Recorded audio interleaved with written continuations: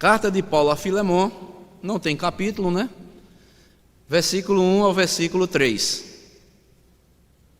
que nos diz assim: Paulo, prisioneiro de Cristo Jesus, e o irmão Timóteo, ao amado Filemon, também nosso colaborador, e a irmã Áfia e Arquipo, nosso companheiro de lutas, e a igreja que está em tua casa.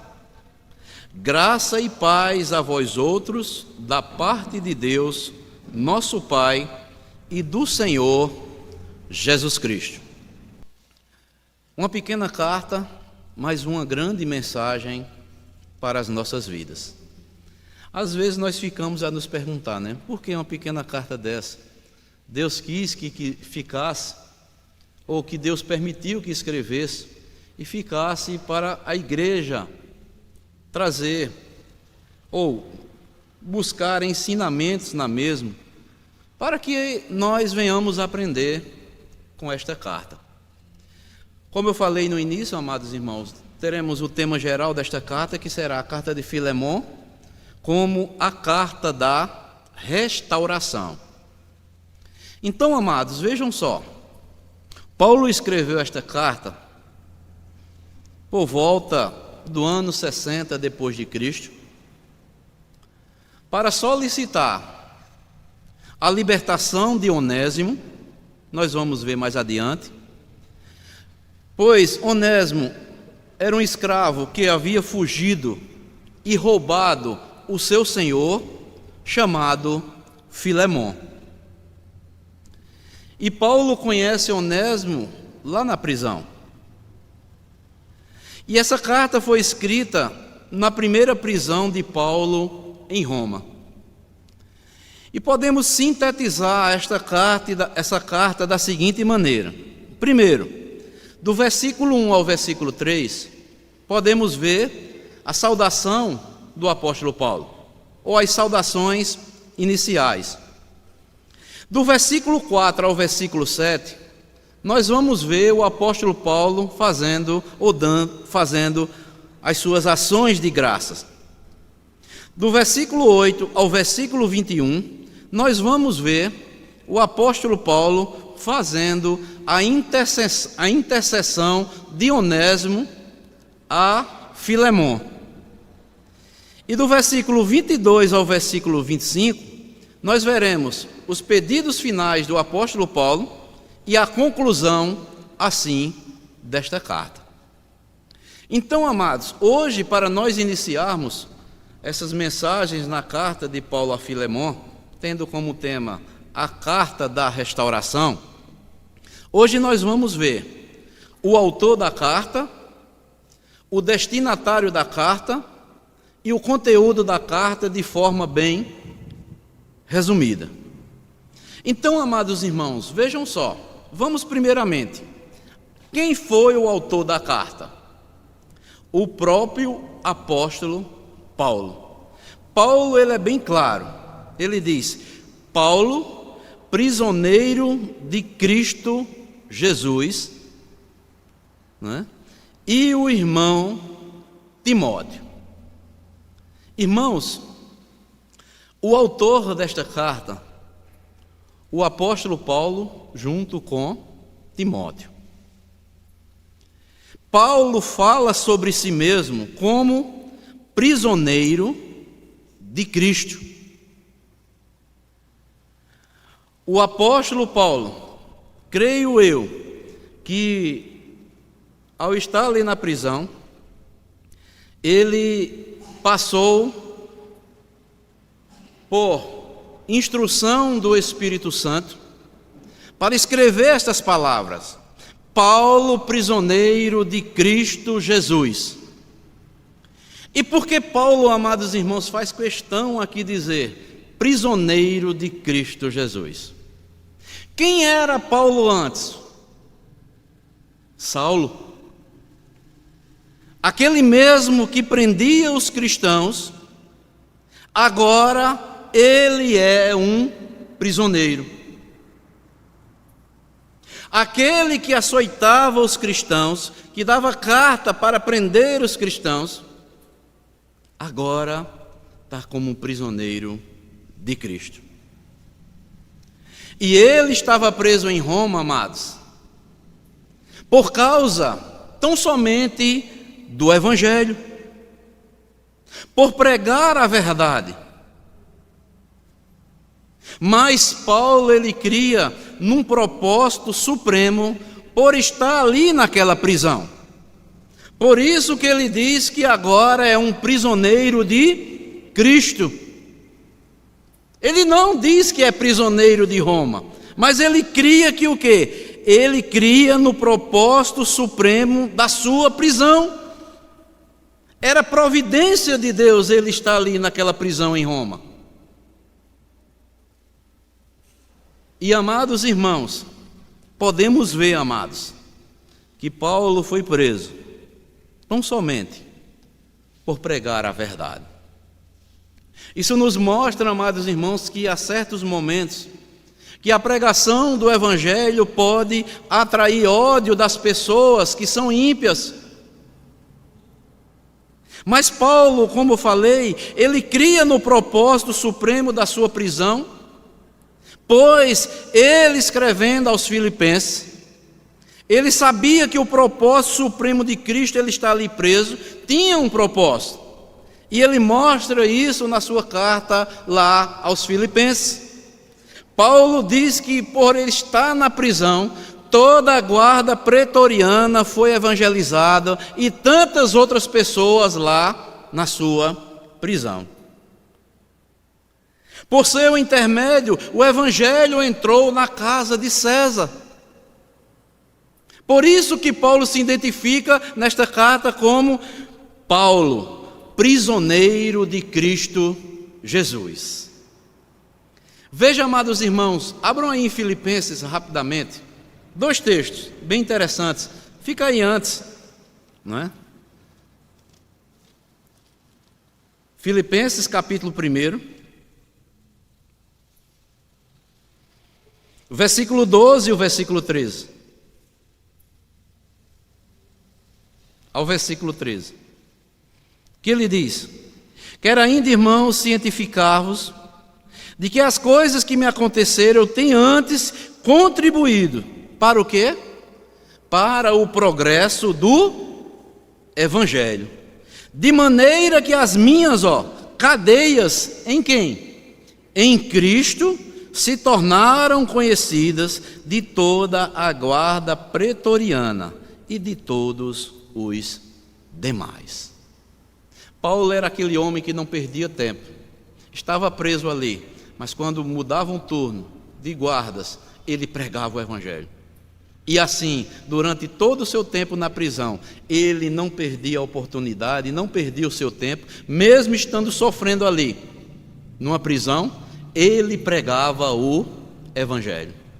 E ele diz que as cadeias deles em Cristo, por quê? Porque ele estava o quê? Pregando o Evangelho. A causa da prisão de Paulo foi o quê? Por ele estar pregando o Evangelho. Mas este Evangelho, ele fez conhecido a toda a guarda pretoriana. E também Paulo vai dizer aí no final da sua carta aos Filipenses, lá no final da carta, estava aí no capítulo 4. Capítulo 4 de Filipenses.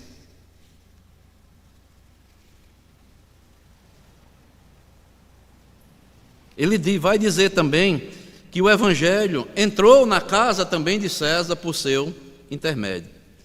4, versículo 22. A saudação que ele faz para os filipenses, finalizando a carta aos Filipenses, ele diz: todos os santos vos saúdam, especialmente os da casa de quem? De César.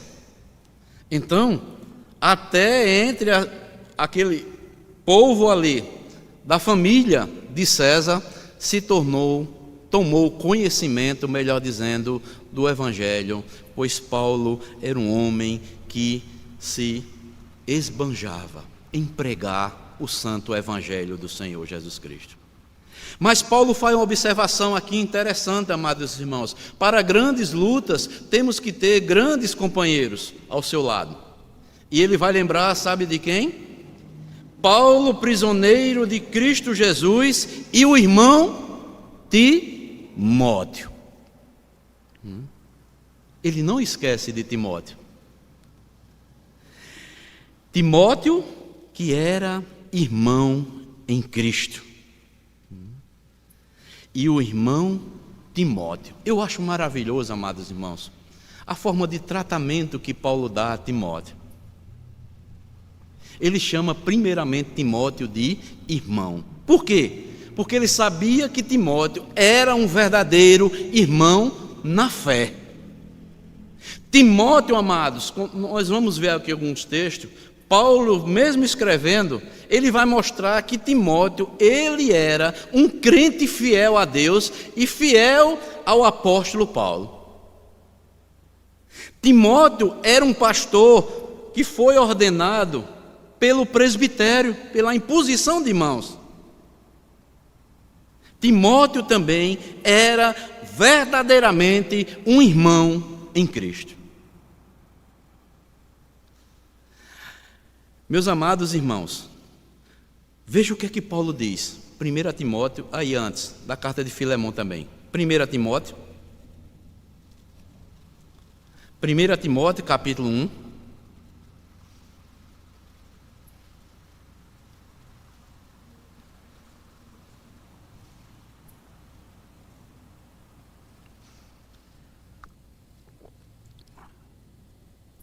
Versículo 1 e o versículo 2. 1 Timóteo, capítulo 1, versículo 1 e o versículo 2, que diz: Paulo, apóstolo de Cristo Jesus, pelo mandato de Deus, nosso Salvador, e de Cristo Jesus, nossa esperança. Olha o que ele vai falar agora. A Timóteo, verdadeiro filho na fé, graça, misericórdia e paz da parte de Deus Pai e de Cristo Jesus, nosso Senhor. Paulo, amados, por isso que ele faz questão de lá na carta que ele escreve a Filemão, de colocar, de conscientizar a Filemão que ele tinha um companheiro verdadeiramente crente ao seu lado, que se chamava Timóteo, em todas as suas lutas. E Paulo sempre o lembrava deste irmão chamado Timóteo. Chama Timóteo de verdadeiro filho na fé. Ele foi ganho para Cristo. E Paulo sabia da sua verdadeira conversão. Mas Timóteo também foi ordenado pastor pelo presbitério. 1 Timóteo aí, capítulo 4, versículo 14 também. Veja o que é que diz.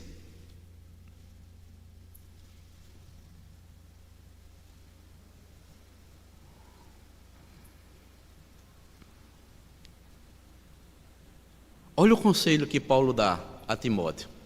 Ele já conhecia que Timóteo era verdadeiramente um crente fiel, e ele vai dizer: não te faças negligente. 1 Timóteo 4,14. Não te faças negligente para com o dom que há em ti, o qual te foi concedido mediante profecia, com a imposição das mãos do presbitério. Então, amados, Paulo identifica aqui Timóteo como um irmão e também como um verdadeiro filho na fé e também como um verdadeiro ministro do Evangelho, que foi ordenado pelo presbitério. Aqui, amados irmãos, ele se tornou um pastor jovem e ele não abriu mão do seu chamado. Amados irmãos, aqui nós podemos ver uma grande verdade para todos nós como igreja. Líderes de igreja, a começar principalmente pelo um pastor, estes têm que ser crentes fiéis, verdadeiramente convertidos. e que tenha um chamado para exercer o ministério pastoral. As igrejas nos nossos dias atuais, amados irmãos, têm ordenado todo tipo de pessoas para o ministério pastoral. Basta apenas você abrir a Bíblia, fazer um belo sermão e já achar que é um pastor, já pode ser ordenado pastor. Não!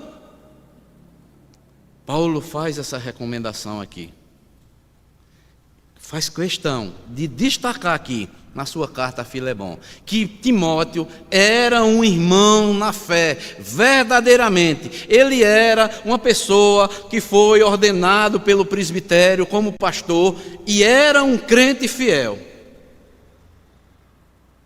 Por isso, amados irmãos, nós podemos ver, não para a alegria nossa, mas para trazer muitos escândalos para o evangelho nos nossos dias. Pessoas sendo ordenadas pastores, que às vezes nem convertidas são,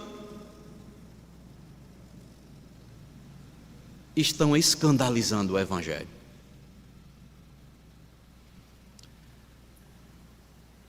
Amados irmãos, como eu falei, primeiramente, Paulo chama Timóteo de um verdadeiro irmão em Cristo. Eu acho interessante que Paulo, antes de dizer que ele é um auxiliar dele, um pastor, ele aqui na carta a Filemão, ele diz que ele era um crente verdadeiro, quando o chama de irmão. Então, amados irmãos, na igreja, na obra de Deus, seja a função que eu ou você estejamos exercendo, não devemos olhar para a função, mas primeiramente nós temos que considerar uns aos outros como irmãos, crentes verdadeiros, crentes fiéis. E Paulo fez questão aqui de dizer aqui a Filemão, no início da carta: Paulo, prisioneiro de Cristo Jesus, por pregar o evangelho, eu estou preso. E o irmão Timóteo. Irmãos, devemos, amados, ter este mesmo tratamento de uns para com os outros, independente da função que eu ou você estejamos exercendo. Tratarmos uns aos outros como irmãos. Sabe por quê, amados? Para isso nós fomos chamados. Se nós não tratarmos uns aos outros verdadeiramente como irmãos, que testemunho nós estaremos dando perante a sociedade? Sabemos, amados irmãos, que alguém pode olhar para mim e ver falhas. Mas, meu irmão, quando você olhar para alguém, seja quem for, e ver os defeitos, saiba também que você tem defeitos.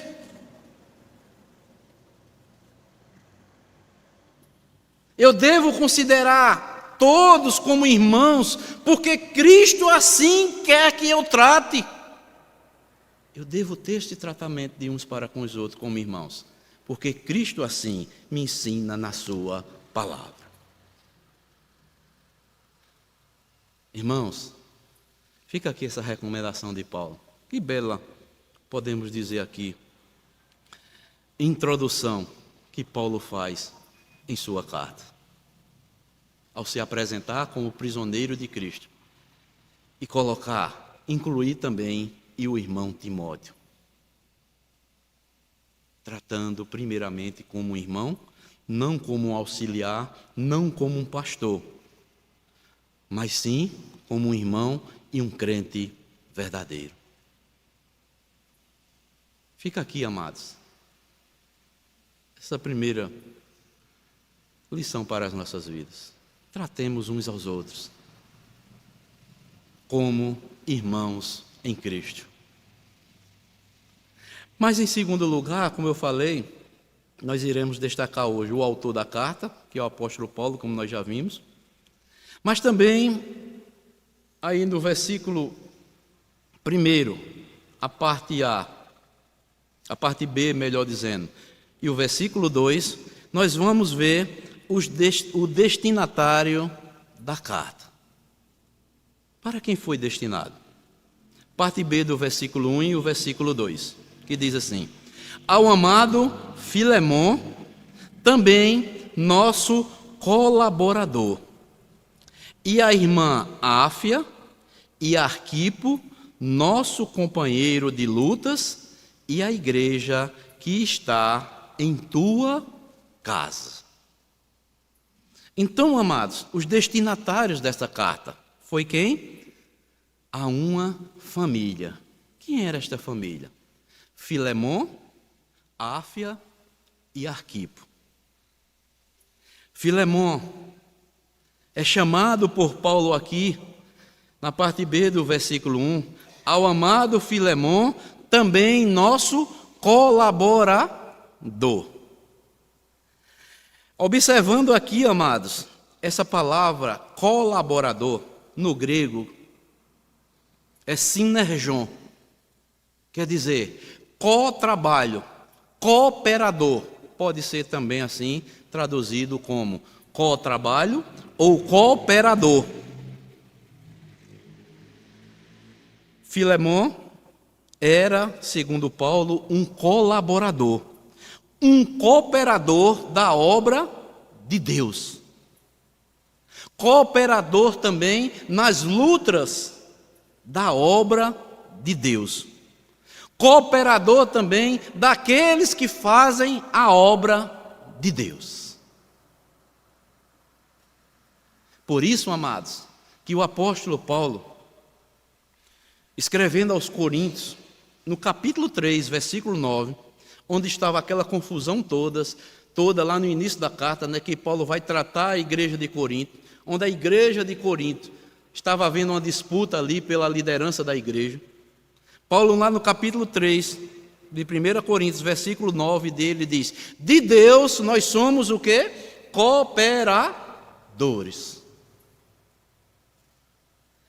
Paulo destaca também Epafrodito, lá em Filipenses 2, 25. Né? Epafrodito é irmão, cooperador e companheiro de lutas. Tito também, Paulo vai chamar ele de cooperador em 2 Coríntios 8, 23. Tito, meu companheiro e cooperador convosco. Amados irmãos, que grande chamado nós temos como irmãos, de sermos cooperadores, colaboradores na obra de Deus. Você já parou para pensar nisso? Eu fiquei pensando, amados irmãos, imaginando, preparando aqui essa mensagem. Deus precisa de alguém, irmãos, para fazer a obra. Deus chama nós cooperadores, Ele poderia fazer a obra sozinho, salvar quem quisesse e dizer, estes estão salvos, e pronto, e acabou. Mas Ele chama a mim e a você, como irmãos em Cristo, como Paulo fala aqui para Filemon, que ele era um cooperador na obra de Deus, cooperador também naqueles que fazem a obra de Deus. Será que nós paramos para pensar, amados irmãos? E muitas vezes nós não despertamos para isso. Deus me chamou para que eu seja um cooperador da sua obra aqui na terra. Veja só, amados irmãos, que privilégio. Você ser chamado por Deus, pela graça de Deus, Deus nos salva, Deus nos regenera, Deus nos faz nova criatura e nos chama para sermos o quê? Cooperadores da sua obra.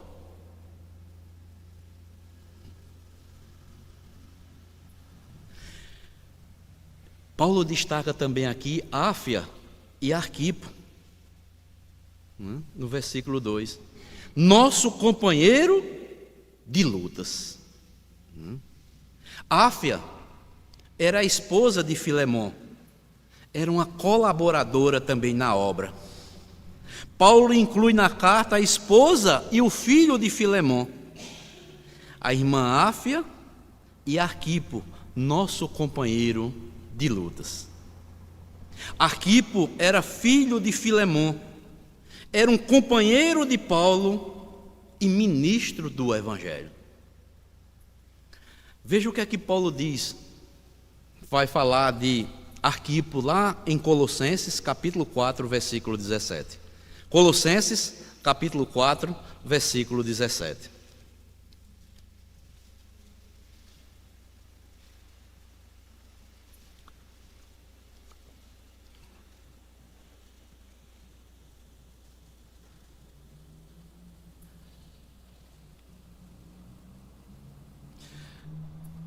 Paulo, já nas saudações finais da carta aos Colossenses, diz: também dizei a Arquipo, atenta para o ministério que recebeste do Senhor, para o cumprires. Por isso que ele destaca aqui, na carta que ele escreve ao seu pai Filemon, ao pai de Arquipo, que Arquipo é o companheiro de lutas no ministério. E, amados irmãos, Paulo faz questão aqui de mostrar que a família de Filemon verdadeiramente era uma família colaboradora, cooperadora na obra de Deus. Estava o próprio Filemon, a sua própria esposa Áfia e o seu filho Arquipo. Irmãos, ter a família envolvida e colaborando com a obra de Deus, esta é uma das maiores bênçãos que uma família pode exercer aqui na terra. Será que nós paramos para pensar nisso, amados? Vem à nossa mente, logo lá, aquele versículo lá de Josué, no capítulo 24, versículo 15, quando ele diz: eu e a minha casa serviremos ao Senhor. Eu acho interessante aqui, eu estava vendo um comentário acerca desse texto aqui de Josué, que é interessante que o comentarista bíblico ele fez questão de dizer, primeiramente, Josué disse: eu e a minha casa. Isso quer dizer que Josué, junto com toda a sua casa, decidiram servir ao Senhor. Houve um acordo ali entre a família de Josué. Que grande bênção, amados irmãos. Você, se é um esposo, ter a sua esposa, ter seus filhos servindo, ou toda a sua família servindo ao Senhor. Isto é a maior bênção que uma família pode ter da parte de Deus. Primeiramente é a salvação, nós sabemos. Mas só é chamado para servir, para ser um cooperador da obra, aqueles que são salvos. E aqui fica uma grande aplicação para a minha vida e para a sua, meu irmão. Você, irmão, preste atenção aos irmãos, viu? Que tem uma esposa crente, glorifique a Deus. E você, esposa, que tem um esposo crente, valorize o seu esposo e glorifique a Deus, porque é uma bênção de Deus.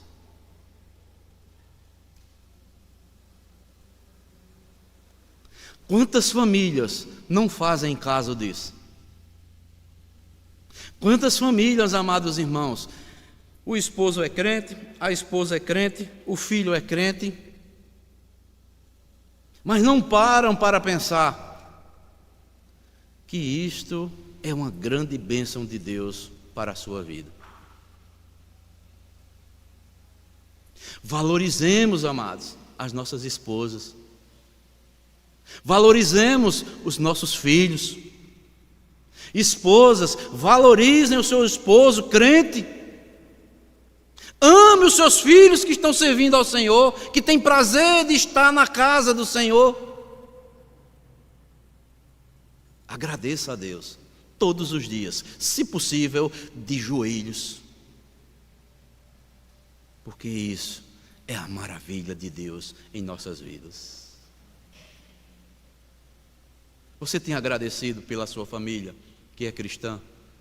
Quantas famílias aí são casais mistos, que estão sofrendo, mas continua de joelhos, orando para que o seu cônjuge, que ainda não é crente, Deus o alcance pela sua graça. Quantos filhos estão aí no mundo, pais crentes estão sofrendo, de joelhos no chão, para que vejam seus filhos na casa de Deus. E você, meu irmão, e você, minha irmã, você tem uma esposa crente, você, minha irmã, tem um esposo crente, tem filhos que estão na igreja, e você reclama de quê, meu irmão? Você reclama de quê, minha irmã? Agradeça a Deus, louve a Deus, seja um colaborador, seja uma colaboradora na obra de Deus, seja qual for a função que você esteja exercendo na casa de Deus. Isso é maravilhoso. E Paulo diz, aqui na carta ao Filemão ainda, a parte B do versículo 2, e a igreja que está em tua casa. A igreja, amados irmãos, sempre se reunia nos lares. E a casa de Filemão, junto com a sua esposa, abriu as portas para que a igreja se reunisse em sua casa. Hoje, amados irmãos, há tanta dificuldade para os crentes abrirem suas portas para que faça um culto em suas casas.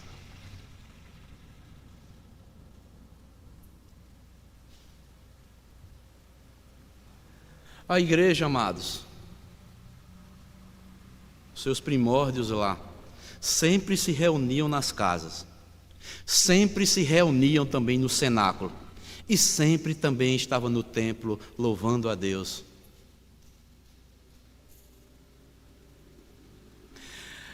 O livro do Atos dos Apóstolos diz o seguinte, capítulo 20, 7 e 8, diz: no primeiro dia da semana, estando nós reunidos com o fim de partir o pão, olha só, Paulo, que devia seguir viagem no dia imediato, exortava-os e prolongou o discurso até meia-noite.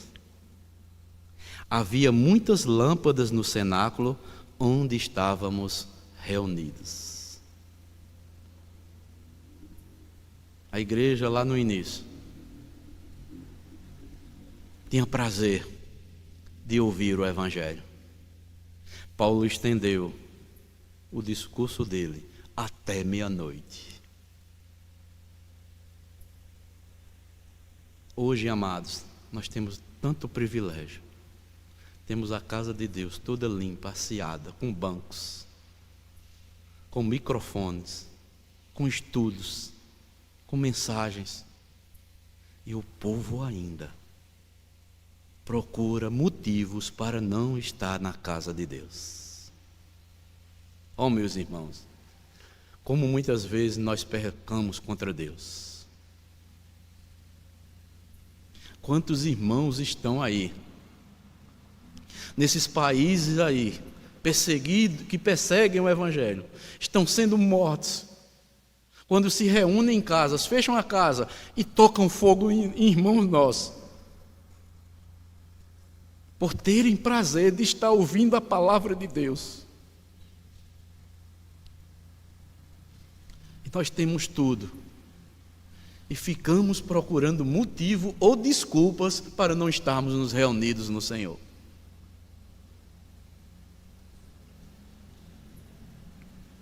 Não sei se você já viu um vídeo de cópias de Bíblias que chegaram na Indonésia. Fizeram lá uma recepção para receber este livro aqui. Fizeram uma festa. E o que mais me comoveu foi quando entregaram a Bíblia ao pastor.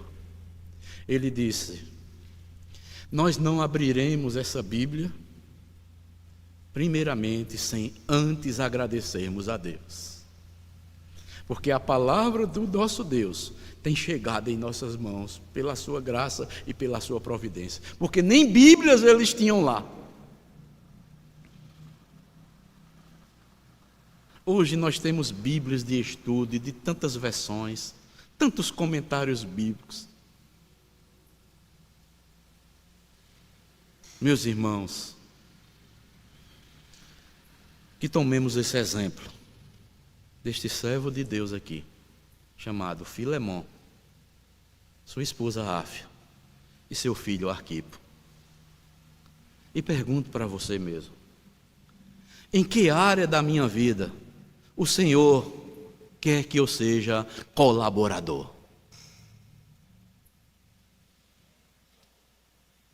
Colaborador na tua obra. Faça isso, irmãos. Sejamos gratos a Deus. O Cristo que morreu por nós, Ele não quer mais sacrifícios para nos justificarmos diante de Deus, pois justificados nós já estamos salvos. Mas Ele quer, sabe o que de nós? Esforço para nós agora cumprirmos a missão que Ele colocou na minha e na sua mão.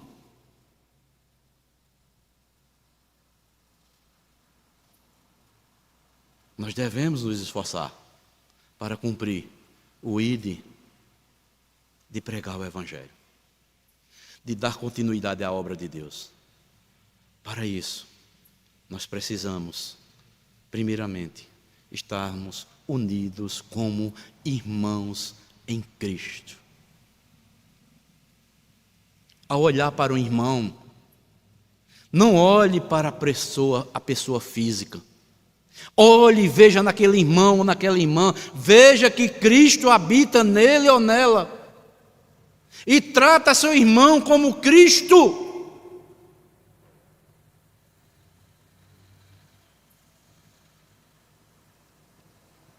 Como eu falei antes, se você for olhar para mim, você vai ver muito defeito no pastor Valdes.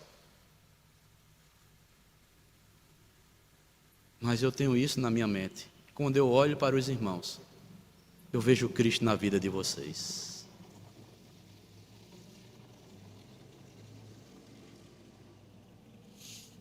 De outra forma, nós não conseguiríamos amar, amados.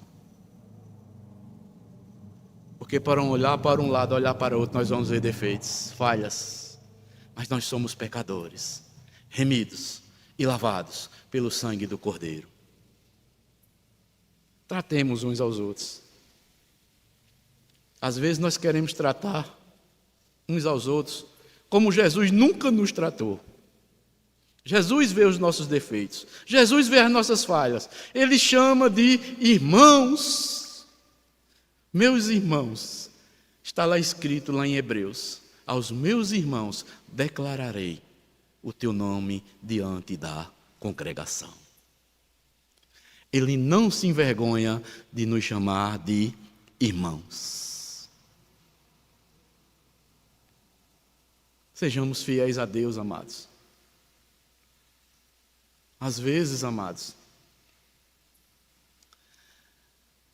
nós, diante de Deus, nós somos uma coisa. Sabe como? Lá no nosso quarto, nós nos prostramos diante do Senhor e dizemos: Senhor, tem misericórdia de mim, que eu sou um miserável pecador. E quando alguém diz que nós somos pecadores, nós não gostamos. Que contradição, irmãos. Nós somos sim pecadores, mas pecadores lavados e remidos pelo sangue de Jesus.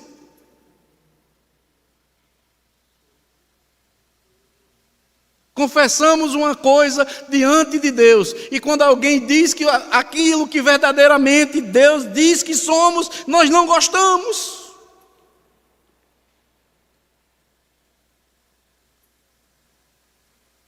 Isso é verdade, irmãos, ou não? Sejamos sinceros com nós mesmos. Então, amados, nós já vimos a autoria da carta, que é do apóstolo Paulo, os destinatários da carta, uma família, Filemon, Áfia e Arquipo. E, resumidamente, o conteúdo da carta, versículo 3, para nós concluirmos. Graça e paz a vós outros, da parte de Deus, nosso Pai, e do Senhor Jesus Cristo. O conteúdo da carta que Paulo vai mostrar estão aqui nessas palavras. Paulo vai mostrar que o conteúdo do Evangelho, ele é gracioso. O Evangelho resulta em paz com Deus. E este Evangelho foi trazido para as nossas vidas pelo próprio Deus. Graça e paz a vós outros da parte de Deus, nosso Pai e do Senhor Jesus Cristo. Por que Paulo começa com a graça? Graça de Deus, amados irmãos, ela sempre foi e sempre será rica em Jesus Cristo sobre as nossas vidas. A graça de Deus é a causa da nossa salvação. E a graça de Deus, Paulo vai nos mostrar que ela é também transbordante em nossas vidas. Os outros verão a graça de Deus quando Deus nos converte com o seu santo Evangelho. Paulo escrevendo, amados irmãos, aos Efésios, capítulo 1, versículo 7, ele diz: no qual temos a redenção pelo seu sangue, a remissão dos pecados, segundo a riqueza da sua graça. Por isso que ele inicia, graça e paz, porque a graça de Deus, ela foi e sempre será rica em Jesus sobre nossas vidas. Foi segundo a riqueza da sua graça que Deus nos salvou. E Paulo vai dizer aos Efésios 2,8, dizendo: porque pela graça sois salvos, mediante a fé, e isto não vem de vós, é dom de Deus. E 1 Timóteo 1,14, vai Paulo dizendo a Timóteo: transbordou, porém, a graça de nosso Senhor com a fé e o amor que há em Cristo Jesus. Amados irmãos, a graça de Deus sobre os seus filhos, mesmo que você não perceba, Deus vai sempre transbordar graça sobre a minha e sobre a sua vida, porque Deus não pode deixar de cumprir com a sua palavra.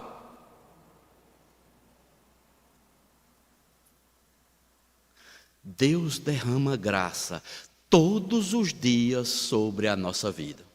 Você sabia disso? Abram comigo aí, Romanos capítulo 5.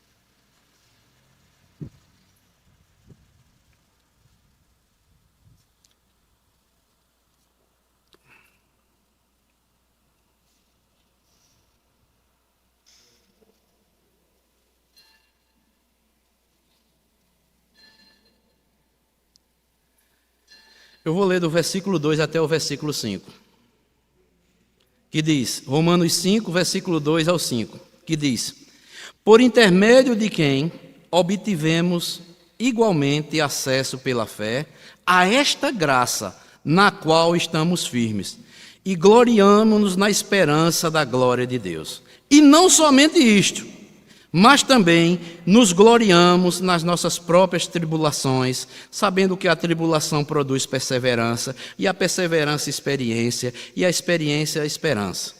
Ora, a esperança, olha só, não confunde. Olha aí, ó, porque o amor de Deus não foi derramado não, nem vai ser derramado. O verbo aqui está no presente. O amor de Deus é no presente, derramado em nosso coração pelo Espírito Santo que nos foi concedido ou outorgado. Deus derrama todos os dias o seu amor na minha e na sua vida. E isso é graça de Deus.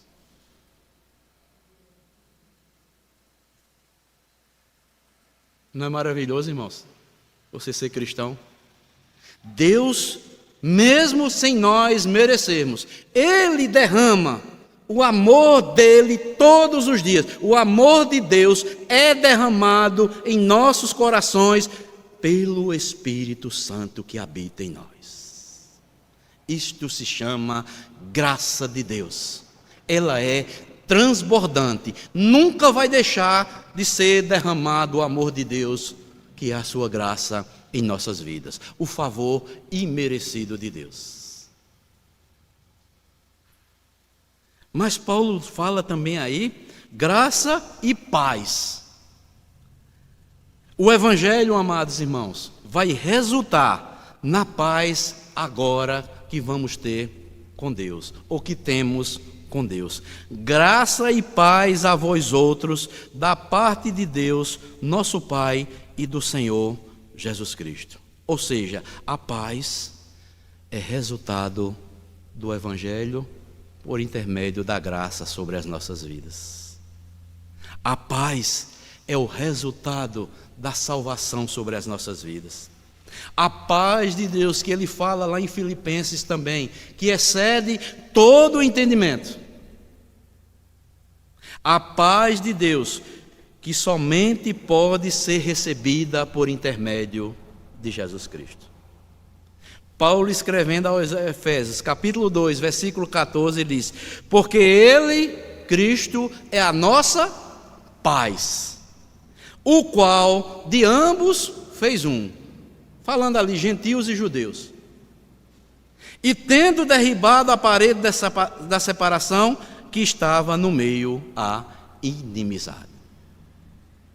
Então, amados, a paz é o resultado da graça de Deus sobre as nossas vidas.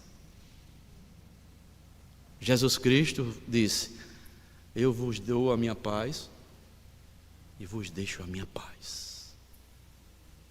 Irmãos, eu vou lhes dizer uma coisa. Às vezes nós até menosprezamos certas passagens na Bíblia. Você já sabe o que é isso? Jesus diz: a minha paz eu vos dou, não vos dou como o mundo a dá. A paz de Cristo, amados, em nossos corações, é uma paz que excede todo o entendimento. Porque primeiramente nós entendemos, sabe por quê? Que nós passamos até agora Pai com o nosso Criador.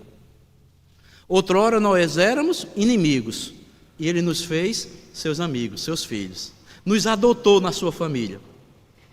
Temos paz com Deus, passamos a ter paz conosco mesmo, que antes nós não tínhamos, e vamos ter paz uns para com os outros. Isso é que é a verdadeira paz.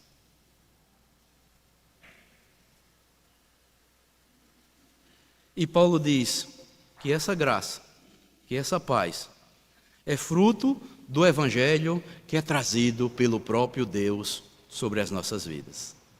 Graça e paz a vós outros, de onde? Da parte de Deus, nosso Pai, e do Senhor Jesus Cristo.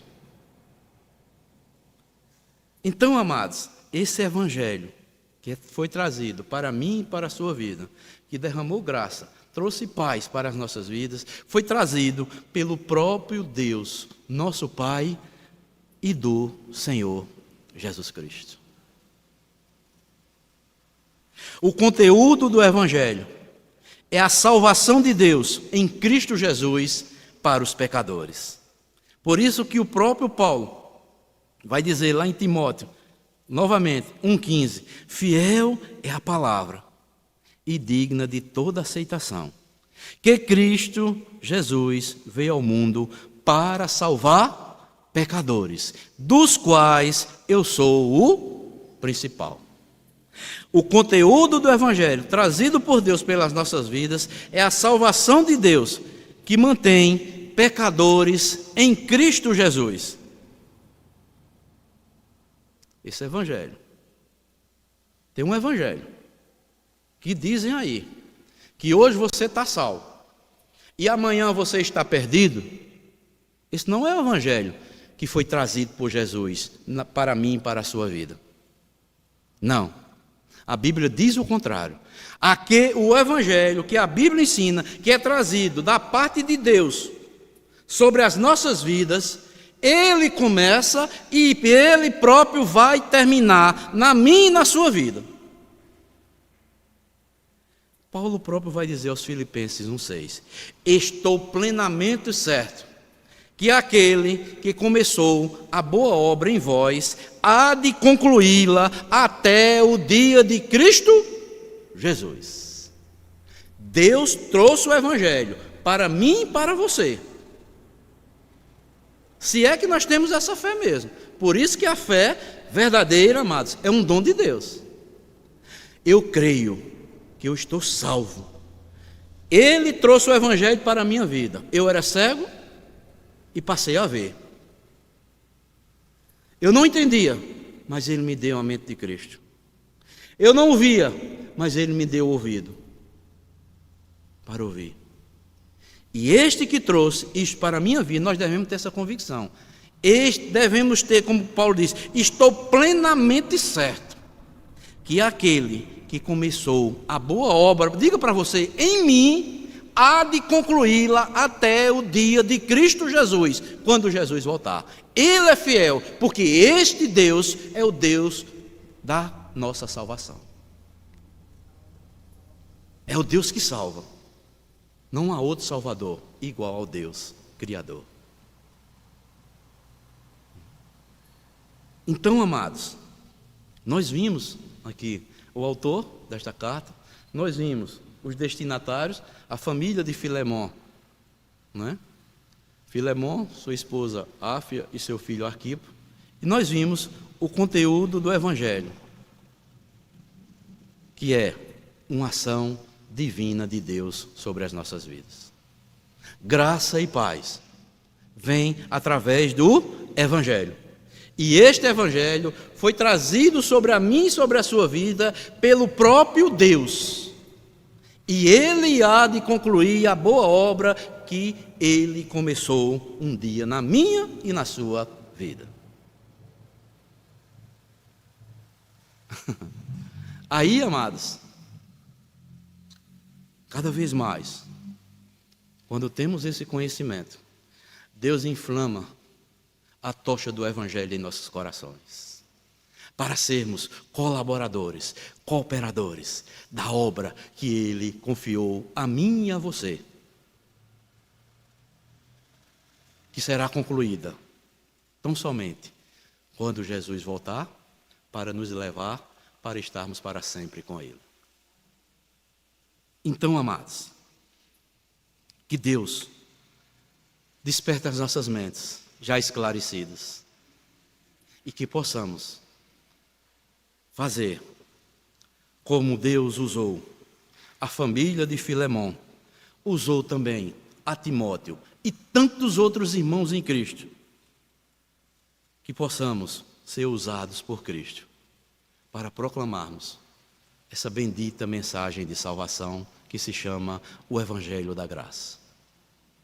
Consagremos nossas vidas, consagremos nossas famílias para Cristo, que como irmãos em Cristo possamos ser colaboradores, cooperadores na obra do Senhor.